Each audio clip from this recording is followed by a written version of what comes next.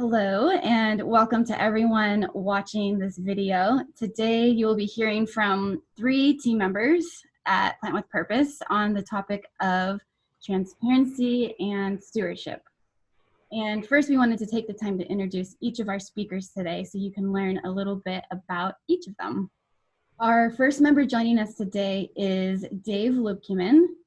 Dave is our regional representative for the California Bay Area and the Pacific Northwest. He has been a part of the Plant with Purpose team for 5 years now. He came to us with 30+ years experience as a finance professional. He holds a BS in accounting, an MBA in finance and real estate, and was a formerly licensed California CPA. How you doing? Hello, Dave. Our second team member who will be speaking with us today is Miguel Martinez. He has 7 years of accounting experience, 5 of those with us here at Plant with Purpose.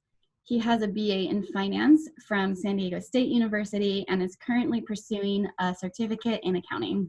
And our final team member joining us is myself. My name is Kristen Kreitzer. I am the Director of Finance and Administration and have been working at Plant with Purpose for 16 years now.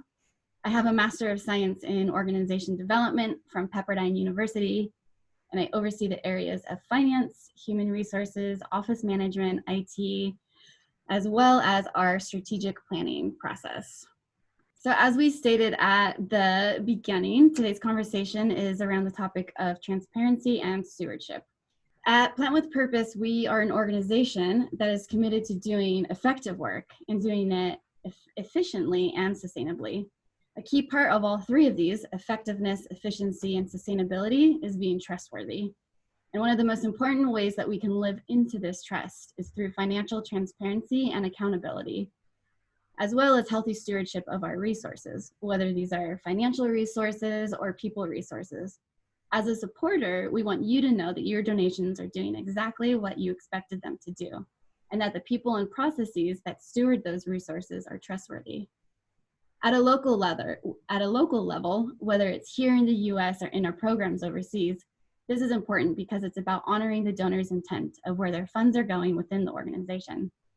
At a global level, this is important because it's about maximizing every dollar that comes through our doors and works its way along the path to the families that we work with. Because we have offices both here in the US as well as within each country where we work, we also have to ensure that whatever standards we're held to here in the US, we also hold to all together as a global team. These are our global standards. And in a little bit, we'll get into a few ways that we do that. But there is another piece of the pie that's very important to devote attention and care to in order to really achieve this. And this is where the HR and organization development part of my role comes into the picture. Because this other piece of the pie is the type of culture that an organization cultivates. Whether we're talking about operations here in the US or in our programs overseas, internal control measures can sometimes be taken as a nuisance or perhaps even inefficient because of the few extra steps that it requires. And it can very often be taken as an implication of distrust. So we also believe that in order to build transparency, you have to build trust. And in order to build trust, you have to have a culture of open dialogue as well as being in relationship with each other. And so the way that we approach this, kind of our starting point, is with our core values. Our core values here at Plant with Purpose are faith, collaboration, empowerment, innovation, stewardship, and sustainability. And these core values are foundational to what we do and how we operate. We use them as both a guide and a screen to our activities. We build trust in relationships using our core values, as well as our people practices. An example of this is here in the US, our managers connect weekly with each of their team members in one-to-one meetings.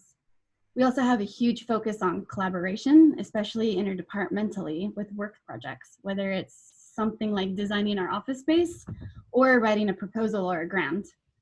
We also meet weekly for a staff training every Tuesday, which helps to ensure a constant flow of communication between all departments, especially when it involves the more technical aspects of each department. And we also meet together and pray together, and we have weekly devotions with each other every Friday morning. All of these things that we do, including those examples that I just said, are in service to not just our core values, but also our core belief, which is that we see people as partners and not projects.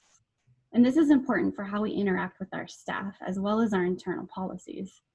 It's important for how we approach our funding structure by prioritizing building relationships with our supporters and seeing them, you all, as our partners. It is important in how we relate to our international partners and staff to continue this value of collaboration and open dialogue, as they are that final step in implementing the work of Plant with Purpose with the funds that we receive here in the US. And it's especially important in how we relate to our farming families in the program areas where we work. And not just in how we interact with them, but also in how we portray them here in the US, whether it's in our printed materials or on social media, and even the words that we choose to use. Our frame that we use is whoever's in the photo. If we were to show that person the photo and the words that we use to describe them, would they feel proud? Would they feel that we respected them? Would they feel ownership over that change in their life, that they had a key leadership role in that change? These are our accountability questions that we ask ourselves, and the mindset that we build into our organization culture. And it's why we believe that organization culture plays a key role, even I would say a foundational role in transparency and stewardship. We also wanted to make sure that our assessments of our own culture weren't just based on our own perceptions and assumptions, which, are probably a little biased. So what we did this year is we took an employee engagement survey from an organization right here called the Best Christian Workplace Institute. They have a model of 8 factors to a flourishing workplace, and their survey asked questions around these 8 factors. I'm not going to go into the details of those, but when we got our results back, we scored nearly at the highest end of their flourishing section, which is kind of that sweet spot that organizations want to land in as it contributes to effectiveness. So just to briefly describe a few of these other accreditations that are on here, we're also a 4-star charity with Charity Navigator. Some of their rating factors include financial health, as well as accountability and transparency. As ECFA accredited members, we likewise have to comply with standards around transparency and financial oversight, and governance. And the last one on here might be a little less familiar to the general public, and that's with an organization called Excellence in Giving, or EIG. They are a national philanthropic advisory firm that helps high-capacity families across the country invest in effective faith-based solutions to the world's toughest problems. They give a seal of transparency based upon a nonprofit's willingness to complete an analytics report every year. And the questions on there are based around operations and performance. And so we thought that it was important to include their seal of transparency in this discussion, because obviously it's about transparency, but because it also includes the topic of transparency also includes how we engage with our community of supporters and the general public, and not just how we engage with our staff here in our international programs. So this past year, we've had a much more extensive and involved relationship with Excellence in Giving. And so for now, we want you to just kind of bookmark them in your mind, because we'll be coming back to them at the very end of the presentation. So that's a little bit about our philosophy and transparency, around transparency, and the important role that we believe organizational culture plays in living out transparency and stewardship. So, as I mentioned a few minutes ago, what are those ways in which we live out transparency and stewardship in our processes and practices? That is where I am going to stop speaking, and where Dave and Miguel are going to share with you a little bit about this. So Dave, do you want to start us off, since you are, as a regional representative, you're that interface between Plant with Purpose and the general public, so you have much more insight into the donor perspective. Yeah, thanks, Kristen. I appreciate that. And again, I'm really happy to be with everybody here today. Before we dig a little deeper into some of the things that we do to ensure financial quality and the safeguards that are in place, I thought it'd be really important to talk about where our money comes from, our funding, and then eventually where it goes. So funding sources, you can see the red circle there. About 85% or close to 90% of our funding comes from individuals and foundations, and then 7% churches, 4% corporations, and then a little bit of earned revenue. And that number changes from year to year, but one thing I'd like to point out, we are a Christian-based organization, and you look at 7% churches and think, well, gosh, that's not a lot from churches, but our relationship with churches affords us introductions to people within those churches who ultimately start giving to us as individuals. So it's a little misleading on the 7% churches, but it's a well-rounded funding. In our last fiscal year, we ended up with a little over $5.5 million of funding. And our goal for 2025 is to get that 5.5 up to $10 million, which is super exciting. We've got a Thrive 25 plan in place that we're putting into action now and have huge plans for the future. So that money comes in. Miguel will talk a little bit about how all those funding sources are managed as they enter the office. But I wanted to take a second now to talk about where all that money goes. So the funding uses, we partner with 8 countries all around the world. There's Mexico, Haiti, Dominican Republic, and in Africa, there's Tanzania, Burundi, DR Congo, Ethiopia, and then also in Thailand.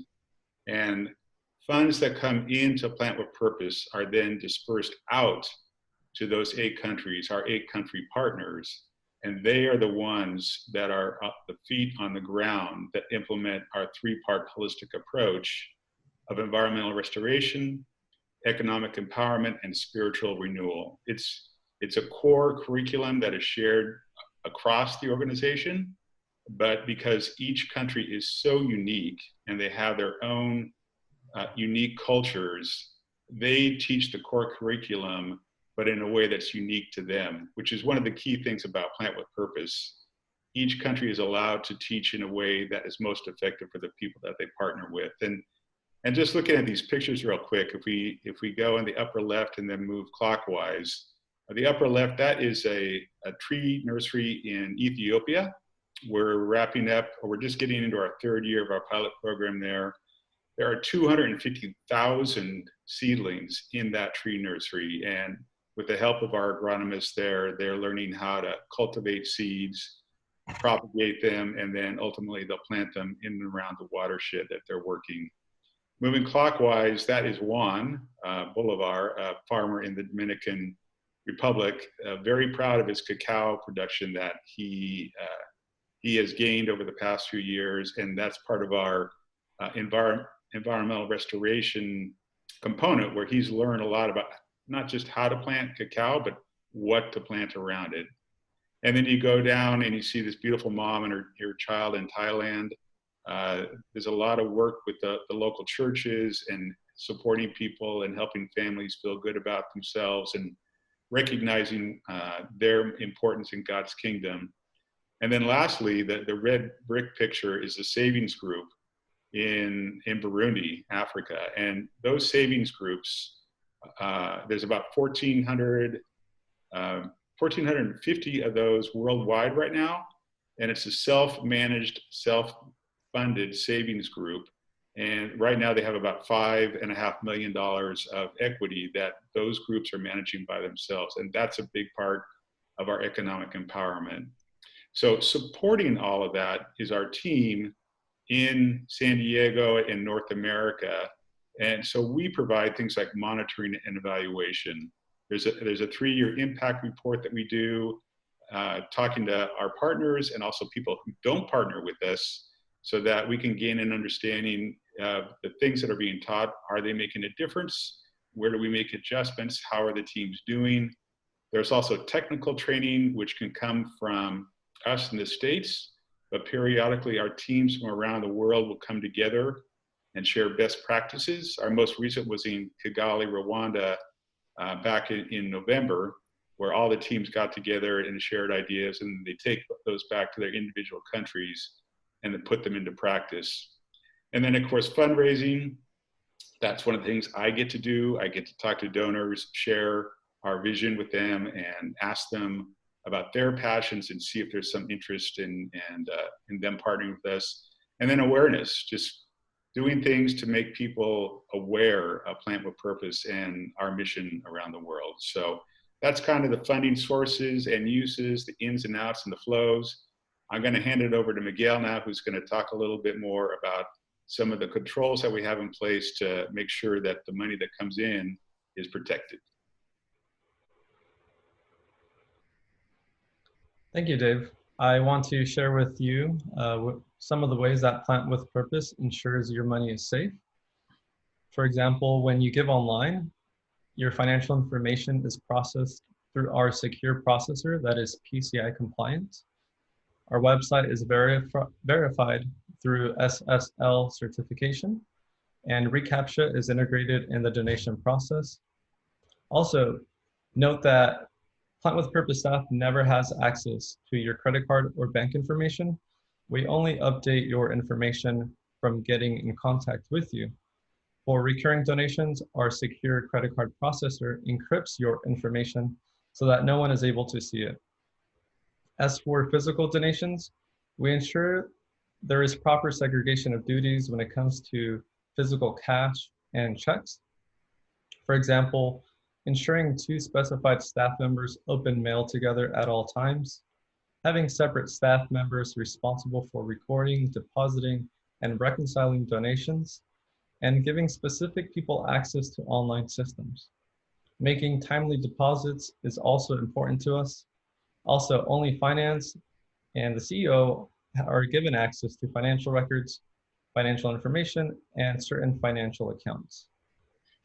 In regards to financial management, budgeting properly is our way of staying accountable and keeping others accountable.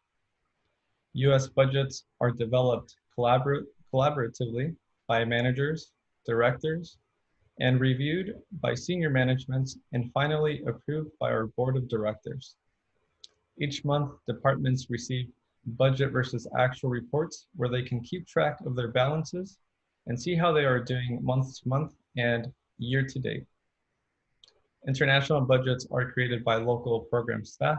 In the countries that we work in, the budgets are then reviewed by US program officers, approved by senior management, and annual funding agreements are then established, and any modifications are made upon approval. As for payments to vendors, they must be in accordance to our budgets, approvals, and also have proper signing authority. Bank reconciliations are performed on a monthly basis to ensure that all income and expenses have been properly recognized, accounted for, and reported. Monthly cash flows are looked over by finance and the senior leadership team. Quarterly reports are presented to the organization's board members and senior leadership team. And finally, Plant with Purpose undergoes an annual audit by an independent CPA firm to ensure proper financial reporting, accordance to GAAP standards, and proper internal controls. And now I will pass it back on to Dave, and he will talk about the VSLA process and the programs that we work in. Yeah, so let's just stay on this screen for a second here. That is a picture of one of those savings groups that I had mentioned before. And so Miguel talked a lot about the controls that we have in the US, and I've had the good fortune of being to several of our countries, leading teams on what we call vision trips. And during those trips, we get to visit these savings groups and see them conduct their business. So a savings group is a volunteer group of maybe 25 to 30 people. They come together, and our Plant with Purpose staff teaches them cash management skills, business skills, shows them how to calculate interest, et cetera, et cetera. Those groups then start bringing in their own money. They are self-funded savings groups, and they start managing that money, and ultimately they can borrow the money that they bring in and invest it in their farms or a new business. And it's a wonderful process. But the controls that you see in those groups is incredible. So each of those groups has a box and it has 3 locks on it. Different group members have a key to that to that lock so that nobody can get into that box at any given time. When the meeting starts, they open up the box, they count the money, and it better meet and be the same amount that was in the box when they closed the last meeting. If there's not, they don't do anything until they figure out what happened. There's a very formal process where each group member has a passbook. When they bring in their savings, it's cataloged in that passbook. When they take out a loan, there's all sorts of paperwork that takes place so that everything is managed very efficiently and effectively. And it's great to see these groups because I've seen them in action, and you see kind of the plant with purpose-y buzzwords that we use a lot, but it's all taught in a way that's unique to the culture that we're in that particular country, which is one of the strengths of our organization, in that there are rules and standards, but there's leeway for each of the countries to do what they're going to do in a way that's most effective for the people that they're working with. And if I may also mention, all of our staff around the world that's doing the training, they're people that are indigenous to the countries that we work in.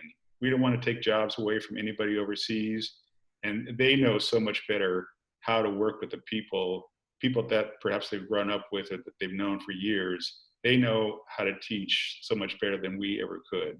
So that's an important aspect of our work too. There's about 250 staff around the world. So if we want to jump to the next slide, we can talk about our global standards and practices. And there too, that little green box, it's one of those 3 lock boxes that are standard in the 1,450 groups from around the world. So you have to remember, we work in 8 countries, and those cultures are unique, and there are things that different cultures think are acceptable where we might not think they're acceptable here. Like, for example, in a lot of the cultures that we partner in, it's very normal to hire a family member. That's seen as a trustworthy thing to do, and it's just very normal in certain circumstances. Here in the US, we might not want to hire a family member, and sometimes that's viewed as maybe not the best idea because there could be some collaboration or collusion. So it's just a different way of doing things. And one of the things I love about us is listening, working with our partners, building trust with them, understanding those differences so that when things come up, we both understand our perspective on things.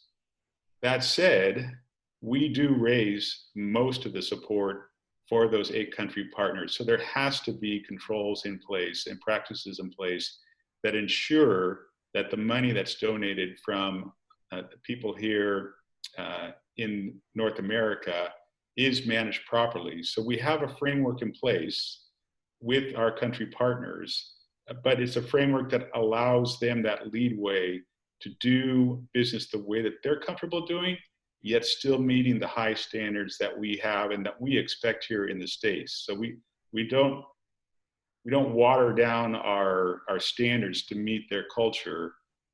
They understand our standards and they make those standards work within their culture. It's very wonderful how it works.